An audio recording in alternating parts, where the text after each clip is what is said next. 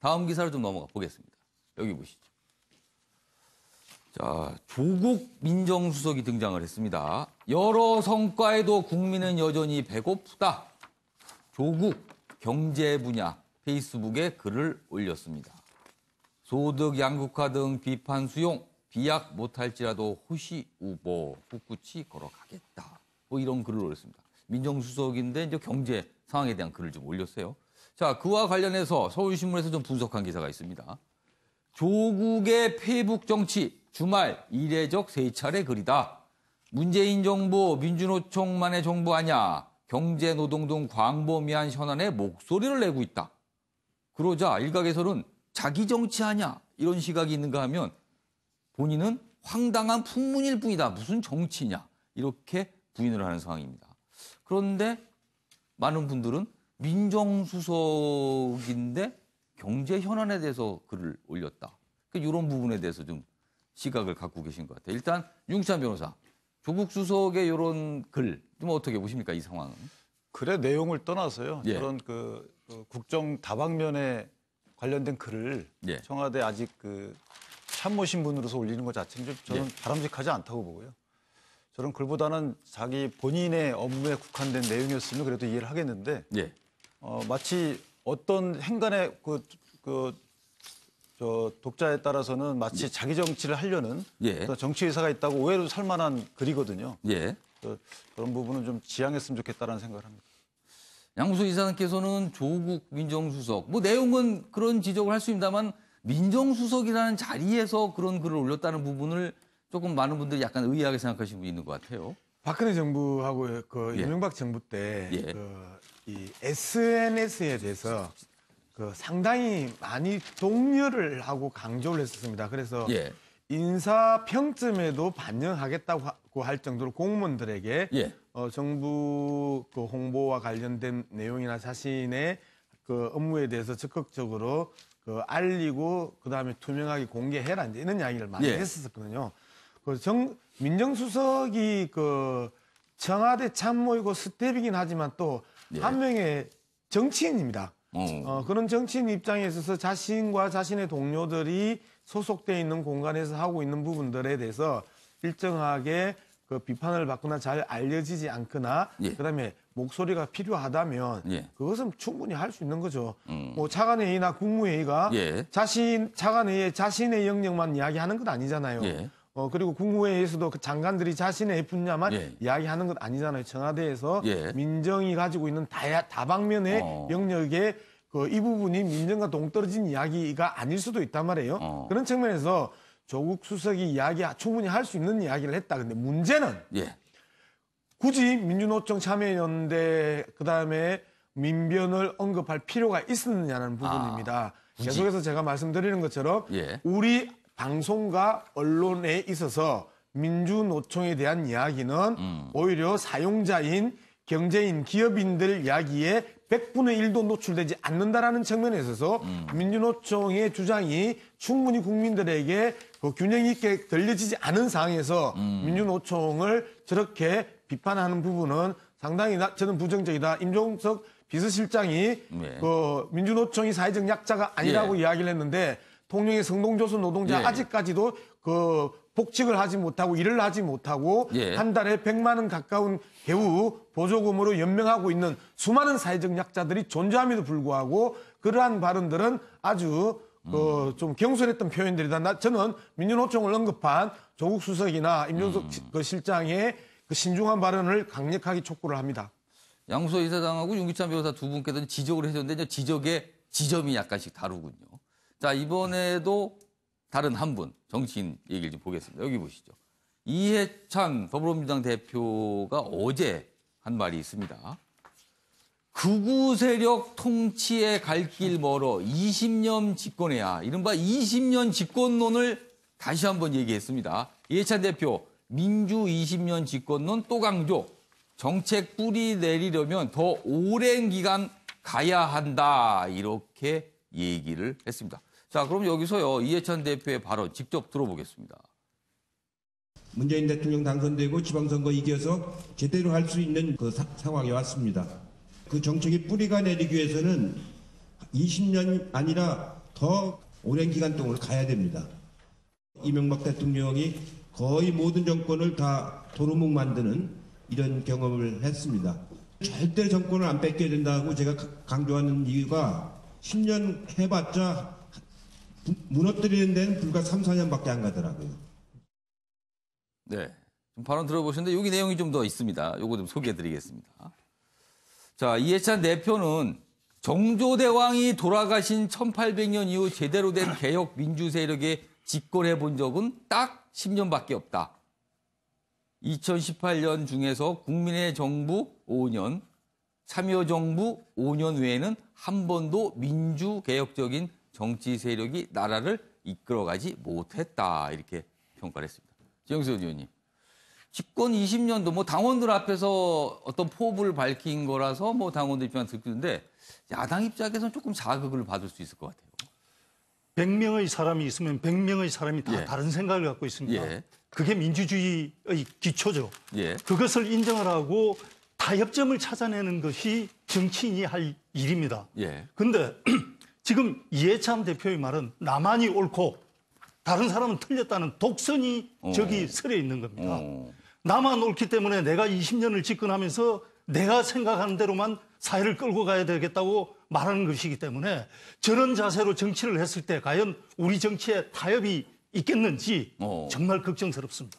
김철 교수님, 정조대왕 이래 1800년 이래 딱 10년만 민주개혁적인 집권 세력이고 나머지는 그럼 그게 아니다. 이렇게 설명이 된 거예요. 예. 글쎄요. 어떻게 보십니까? 예, 물론 먼저 그 사학계 쪽에서는 그 현재 한국 사회까지 이제 그 조선 시대 때의 여러 이제 그 지배 구조나 그 세력이 유지되고 있다 이런 이제 그 또 설을 주장하시는 분들도 계셔요. 그래서 어떤 뭐 이제 그 한 뭐 최근에 뭐 그런 혹은 뭐 그간의 그런 이제 역사관을 좀 뭐 갖고 계셨나 보죠. 근데 그럼에도 이제 불구하고 어쨌든 제가 생각했을 때는 글쎄 저 조국 수석도 그렇고 이해찬 대표도 그러시고 이렇게 저 학자 같은 이야기들을 하시는가 싶어요. 그러니까 지금 이해찬 대표 그 말씀은 맞습니다. 그러니까 각국의 뭐 여러 민주국가들을 그 이제 그 비교했을 때 비교 정치학적인 관점에서 봤을 때에도 정책이 뿌리를 내리고 뭔가 이렇게 체제를 개선하고 뭐하고 할 때는 실제로 20년 이상의 시간이 걸립니다. 그러니까 우리가 뭐 스웨덴 복지국가 좋다 하면 자꾸 얘기를 하는데 이 스웨덴 복지국가는 저 사회민주당이 한 45년 이상 집권을 하면서 만들어진 체제거든요. 물론 그러나 여기서 이제 배워야 할 것은 스웨덴 사민당 같은 경우에는 전체 복지국가 자체가 한 80년 걸렸다고 그럽니다. 그런데 정책을 해갖고 야당이 반대하면 막 그 독단적으로 실행을 하지 않았었습니다. 그러니까 45년 장기 집권의 힘도 어디서 나오냐면 복지정책 자체의 성공에서 나오는 게 아니라 야당을 끌어안으면서 그것을 천천히 해가려고 했던 정치적 태도에서 나왔다라는 거죠. 근데 이제 지금 보면은 정치학자들은 이런 얘기를 할 수가 있는데 뭐 몇십 년 장기 집권이 있어야 되고 그런 효과가 나올 수 있다. 이건 굉장히 학문적 연구에 기반한 얘기입니다. 근데 정치하시는 분이 이렇게 얘기를 하면은 쓸데없는 논란과 갈등이 생기는 거죠. 그래서 이런 이야기들을 왜 하시는가? 그러니까 한 나라의 그 집권 여당의 대표께서 그 평소에 이거 반복해서 말씀하시는데 좀 다른 레토릭이나 다른 내용들을 빨리 준비하셔야 된다. 할 이야기 없이 이 얘기 자꾸 계속 반복하시는 그런 모양새가 지금 자꾸 보여지고 그다음에 제가 이제 조국 수석 말 나온 김에 좀 이야기하시면 민정수석은 암행해야 되는 겁니다. 암행. 그러니까 이게 지금 뭐냐면 이게 맞는 말이신 거예요. 이게 문재인 정부가 민주노총이나 뭐 민변이나 참여연대만 정부 당연히 아니죠. 근데 그렇게 하려면 다 친한 분들이잖아요. 그러면 전화도 하고 뭐하고 해서 뭔가 조율을 해가지고 정부를 지키려고 하는 좀 보이지 않는 실천을 해야죠. 페이스북이나 이런 데다가 이렇게 이제 그냥 써버리면 사람 부하만 일으키는 겁니다. 해야 되는데. 왜 이렇게 하시는지 뭔가 의도가 있어서 그러신 건지 아니면 그냥 진짜 원래 그냥 스타일이거나 생각이 없어서 그런 건지 전반적으로 지금 청와대는 여당과 청와대는 좀 뭔가 지금 이거 통치 스타일이나 방식에 있어서 좀 점검을 해야 되는 때 아닌가 생각이 듭니다. 김철 교수께서는 이 두 명의 인물 이해 안 된다고 지금 말씀하셨어요. 양구석 이상. 아니 근데 이제 이해찬 대표의 20년 집권론 이제 뭐 100년이라고 이야기를 또 했었는데 저 부분에 대해서 20년을 집권하기 위해서는요. 지금 당장의 쟁점이 되는 것들을 힘으로 밀어붙이지 않겠다라는 뜻이거든요. 좀 참 자꾸 곡해가 되는 부분이 있는데, 자, 앞으로 5년 동안에 그동안에 쌓였던 모든 적폐를 드러내고, 예. 그리고 모든 정책을 통해서 제도적으로 정상화시키겠다 하면 20년 집권이 필요가 없고 정책을 뿌리 내리는 시간이 20년이 걸린다는 이야기를 할 필요가 없어요. 20년 동안에 예. 차근차근 야당과 그 협상하고 타협하고 합의하면서 풀어나가는 최소한의 시간이 20년이고 그리고 그 20년 동안 새로운 문화와 새로운 예. 정책들이 뿌리 내리는 예. 그 필요한 그 반드시 필요한 시간이다. 그걸 충분히 해석할 수 있음에도 불구하고 저거를 독단과 그다음에 야당 배제 그리고 이렇게 그 알겠습니다. 읽는 것 자체가 오히려 저는 무리한 해석이라고 양무석 보는 거죠. 이사님께서는 20년 집권론 주장을 소통의 의지로 해석을 해주셨는데 유기자 변호사는 어떻게 보세요? 20년 동안 소통을 차근차근 해서 정책을 뿌리 내린다고 예. 말씀하셨는데 1년 6개월도 소통 안 했어요. 지금. 그리고 또 하나는 20년 집권론의 방법은 보수 예. 괴멸이에요. 지금 예. 말씀하신 그 취지가 예전부터 쭉 예. 알아보면 보수 괴멸을 통해서 20년 집권하신다는 거거든요. 그럼 적폐청산이나 기존의 정책 기조가 예. 프레임을 씌워서 보수를 괴멸시키는 거냐 이런 오해도 살만한 말씀이란 말이에요. 예. 또 하나는 민주정에 반대 독재입니다. 근데 여태까지 보면 지금 정당들이 모두 갖고 있는 특성 중에 하나는 민주주의예요. 민주. 예. 그런데 3당 합당을 통해서 탄생한 한국당 전신인 한국당을 마치 비민주 세력으로 프레임을 씌우신단 말이에요. 예. 이것은 문제가 있다. 그리고 또 하나는 민주정치에서 가장 중시되는 것은 갈등의 조정입니다. 갈등의 해소입니다. 그런데 저런 식으로 갈등을 조장하는 듯한 오해를 살 수 있는 발언은 바람직하지 않다 이렇게 생각합니다. 아니, 정당의 목적이 뭐예요? 예. 양무석 이사님 말씀하세요. 정당의 목적이 권력을 잡는 건 아니에요. 그렇죠. 정당의 존재 이유가 권력을 잡는 것이고 그 집권 여당의 대표가 예. 계속해서 우리가 4번 정도는 집권을 해야 어. 한국 사회가 우리가 뜻하는 예. 그리고 우리가 그리는 예. 그 정상적인 사회로 그리고 훨씬 나은 사회로 선진적인 사회로 그 변조시킬 수 있다라고 예. 이야기하는 것 자체가 왜 문제가 되는지 그리고 저게 비타협적이거나 예. 독선적이거나 안 그러면 배제 정치로 예. 보이는지 그건 저는 이해가 안 돼요. 최영석 의원께서 지금 많이 음미하시면 듣고 계신데 어떻게 생각하세요? 받아들이는 방법은 여러 가지가 있겠죠. 거기서 독선을 보느냐 아니면은 뭐 양문석 이사장님처럼 거기서 타협을 이뤘다고 뭐 말씀도 하시는데 그러나 저는 많은 분들이 이해찬 대표의 그 발언 속에서 독선을 읽지 않을까 그렇게 생각합니다. 한 가지 20년 집권론 그 발언인데 지금 여기 보니까 해석이 약간 갈리네요. 과연 시청자 여러분께서는 어느 지점으로 해석을 하고 계실지 모르겠습니다. 자, 이번에 국제 기사 좀 보겠습니다. 마지막 기사가 될 것 같군요. 여기 보시죠. 한국일보입니다. 독립보다 경제를 택한 대만 집권당이죠. 민진당 지방선거 참패했습니다. 차잉잉원 총통 치명타.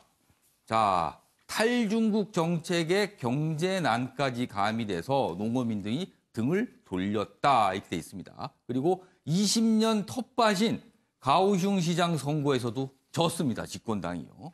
그리고 올림픽 타이완 국호 이번에 국민투표 붙였는데 이것도 부결됐습니다. 그러니까 이런 독립보다는 경제를 살려라 이렇게 대만 분들이 요구를 했다. 선거 결과 분석인데요. 관련 기사 하나 더 보겠습니다. 이번 선거 결과의 의미를 조선일보는 이렇게 분석했습니다. 대만의 한류 태풍, 민진당 20년 아성 가오슝까지 삼켰다. 한류는요, 이분입니다. 이분. 한거위. 그래서 이분의 이름을 따서 한류라 그러는데 이분이 선거를 휩쓸었다. 이 가오슝은요, 국내로 치면 광주광역시 시장에 자유한국당 후보가 당선된 격이랍니다. 그래서 대단한 파장을 일으키고 있다. 자, 그럼 베이징 특파원 출신이신 최경선 의원께 질문을 드리겠습니다. 지금 이 대만 지방선거 결과 어떤 의미를 갖는 겁니까? 일단 여러 가지 그 대만 독립 문제. 사실은 지금 그 가장 그 우선시됐던 게 차이나 타이페이라는 그렇죠. 국명을 국제올림픽에 나가서 쓸 것이냐 말 것이냐. 대만이라는 차이니즈라는 단어를 빼버리고 대만으로만 갈 것이냐. 독자적인 국호를 쓰겠다는 거죠. 그렇게 되었을 때 이제 중국과의 그 양안 관계가 급격히 악화되는데 사실 지금 저 차이잉원 총통이 취임하고 나서 중국이 와서 노골적으로 그 대만 앞바다에 와가지고 무역 시위를 한다든지 무역과 제재가 있었죠. 여러 가지 그 경제적으로도 압박을 많이 가해 왔습니다. 그래서 차이잉원 총통님이 얘기하는 그 어떤 명분에 예. 독립 명분에 따를 것이냐 아니면은 경제적 실리를 취할 것이냐 이런 부분들이 이번 투표에 많이 반영이 됐다고 볼 수 있겠습니다. 국민들의 독립을 바라지만 경제도 원하는데 대만 국민들은 경제를 선택을 했다. 이게 지방선거 결과다. 이렇게 말씀하셨습니다. 알겠습니다. 오늘은 평년보다 기온이 높지만 일교차가 크겠고요. 미세먼지 농도가 아주 짙겠습니다. 낮 최고 기온은 10에서 17도로 예상됩니다. 아침에 매일경제 여기서 마칩니다. 시청해 주신 여러분 고맙습니다.